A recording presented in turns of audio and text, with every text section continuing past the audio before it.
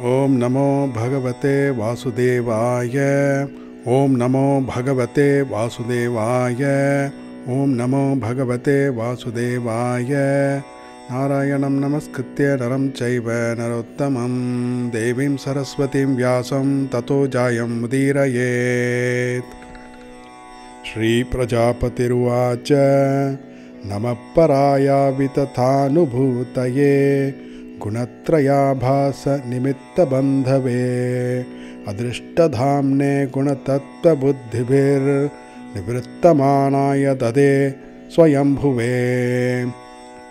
न यस्य सख्यं पुरुषो वैति सख्युः सखा वसन् वसतः पुरेऽस्मिन् गुणो यथा गुणिनो व्यक्तदृष्टेस्तस्मै महेशाय नमस्करोमि।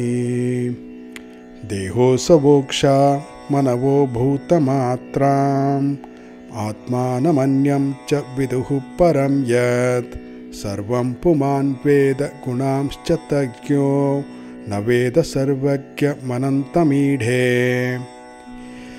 यदोपरामो मनसो नाम रूपस्य द्रष्टस्मृतिसम्प्रमोषात् य ईयते केवलया स्वसंस्थया हंसाय तस्मै शुचिसद्मने नमः।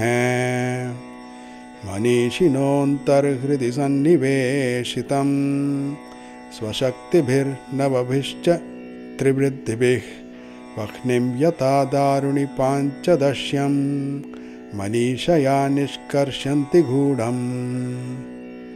स वै ममाशेषविशेषमाया निषेधनिर्वाणसुखानुभूतिः स सर्वनामात् स च विश्वरूप प्रसीदताम् अनिरुक्तात्मशक्तिः। यद्यन्निरुक्तं वचसा निरूपितं दियाक्षभिर्वा मनसोतयस्य मा भूत्स्वरूपं गुणरूपं हि तत्तत् स वै गुणापाय विसर्गलक्षणः। यस्मिन् यथो येन च यस्य यस्मै यद्यो यथा कुरुते कार्यते च परावरेषां परमं प्राक्प्रसिद्धं तद्ब्रह्म तद्धेतुरनन्यदेकम्। यच्छक्तयो वदतां वादिनां वै विवादसंवाद भुवो भवन्ति कुर्वन्ति चैषां मुहुरात्ममोहं तस्मै नमोऽनन्तगुणाय भूम्ने।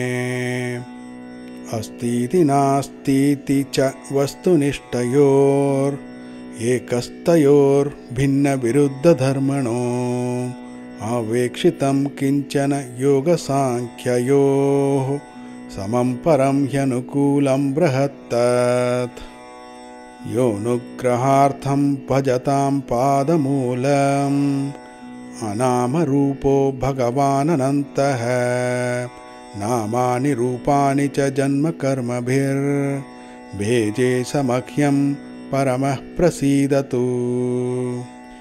यः प्राकृतैर्ज्ञानपथैर्जनानां यथाशयं देहगतो विभाति यथानिलः पार्थ ममाश्रितो गुणं स ईश्वरो मे कुरुतां मनोरथम्।